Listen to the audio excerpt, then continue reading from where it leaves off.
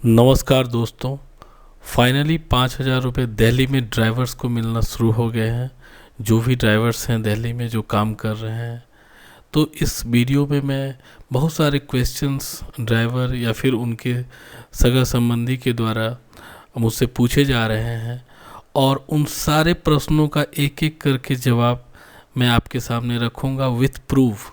और मैं यहाँ पे आपको वेबसाइट का लिंक भी शेयर करूँगा जो हमारे दिल्ली के गवर्नमेंट है, केजरीवाल सरकार और अपने कैलाश गहलोत जी, जिन्होंने एक एक प्रश्न का उत्तर दिया है।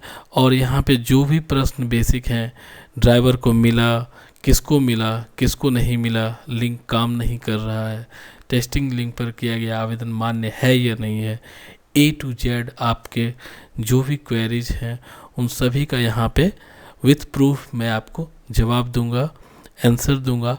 आप शुरू से अंत तक बने रहिए। और इसमें यहाँ पे लिंक भी अपडेटेड किया गया है, उस लिंक पे जाके आप डायरेक्ट फॉर्म अपडेट कर सकते हैं, भर सकते हैं, अप्लाई कर सकते हैं। तो सबसे पहले यहाँ पे देखिए, दिल्ली ट्रांसपोर्ट विभाग ने कितने ड्राइवर्स को 5,000 रुपये का वित्तीय सहायता की मंजूरी दी है, ये क्वेश्चन था। तो इसका कैलाश गहलोत जी ने मई 23 को आंसर दिया था ट्वीट के माध्यम से। उन्होंने यह क्लियर कट बताया था कि मुझे यह बताते हुए खुशी हो रही है कि परिवहन विभाग ने 1,55,301 मामलों को मंजूरी दे दी है और सोमवार शाम से पैरा ट्रांजिट वाहनों के चालक या मालिक को उनके आधार से जुड़े बैंक खातों में 5,000 की वित्तीय सहायता मिलनी शुरू हो जाएगी। तो अगर मंडे को नहीं मिला होगा तो ट्यूसडे से यह स्टार्ट हो गया होगा। तो आप अपने अकाउंट चेक कर लीजिएगा, जिनका भी ऑलरेडी अप्लाई किया हुआ था पिछले साल और उनका आधार से बैंक अकाउंट लिंक है। अब देखिए, आप लोगों में से काफ़ी लोगों ने यह पूछा था कि वेबसाइट का लिंक टेस्टिंग मोड में है, तो जिस ड्राइवर ने अप्लाई कर दिया था तो उसका क्या होगा, उसको क्या फिर से अप्लाई करना पड़ेगा या फिर उसका मान्य नहीं होगा या उसका मान्य होगा। तो इस पे कैलाश गहलोत जी ने जो ट्वीट किया है, उन्होंने क्लियर कट इसमें बताया है। एक और मुझे पता चला है कि कुछ चालक भाइयों ने टेस्टिंग के दौरान ही आवेदन कर दिया था। टेस्ट लिंक पर किए गए सभी आवेदन अमान्य है।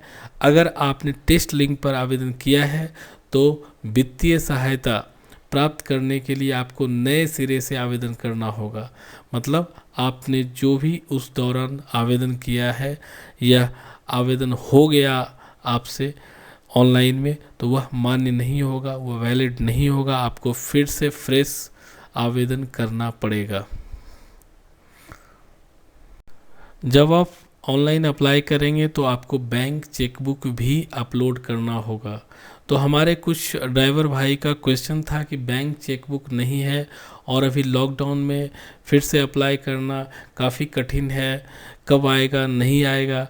तो इस पे भी ट्वीट के माध्यम से जवाब दिया गया कि कैलाश गहलोत जी के द्वारा कि मुझे सूचित किया गया था कि रद्द किए गए चेक की प्रति के साथ साथ बैंक की पासबुक की प्रति भी ली जा सकती है, क्योंकि कई भाइयों के पास चेकबुक नहीं है, इसे लागू कर दिया गया है।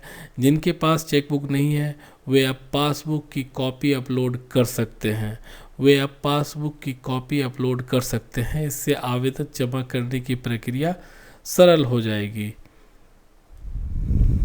अब देखिए, यहाँ पे अगर आपको वेबसाइट का लिंक मिल चुका है, तो अगर आप ऑनलाइन फॉर्म भरने में किसी भी प्रकार की आपको कठिनाई हो रही है तो अभी आपको क्या करें, हेल्पलाइन नंबर है या नहीं है, किसको कॉल करें, कहाँ से उनको सहायता मिलेगी, या उनके मन में जो भी क्वेरी है, अगर वो ऑनलाइन अप्लाई कर रहे हैं, किसी भी प्रकार की कठिनाई हो जाती है तो कैसे उनको इसका प्रॉब्लम सॉल्यूशन होगा।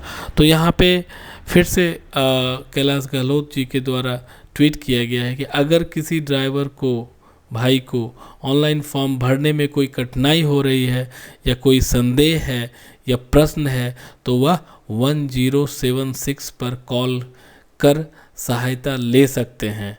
या फिर देखिए जो वेबसाइट लिंक दिया गया है उसमें भी यहाँ पे कुछ नंबर दिए गए, टेलीफोन नंबर दिए गए हैं, उन पे भी आप कॉल करके अपनी जो भी आपका क्वेरी है उसका आप समाधान ढूंढ सकते हैं, आपको सहायता मिल जाएगी।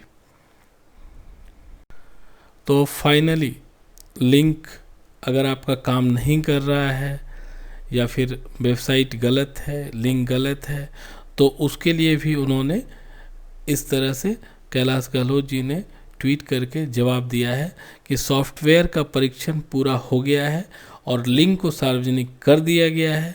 पीएसवी वैज धारक, पैरा ट्रांजिट वाहन के चालक, परमिट होल्डर व ई रिक्शा मालिक 5,000 रुपये की वित्तीय सहायता के लिए दिए गए लिंक पर आवेदन कर सकते हैं। तो यह उनका लिंक है, यहाँ पे आप डायरेक्ट क्लिक करके लिंक को ओपन भी कर सकते हैं। और इसमें एक और बहुत ही इम्पॉर्टेंट बात बताई गई है कि आवेदन करने की अंतिम तिथि 6 जून 2021 है। तो जितने भी हमारे ड्राइवर भाई हैं, प्लीज़ इससे पहले आवेदन कर दें ताकि आपको इसका बेनिफिट मिल जाए।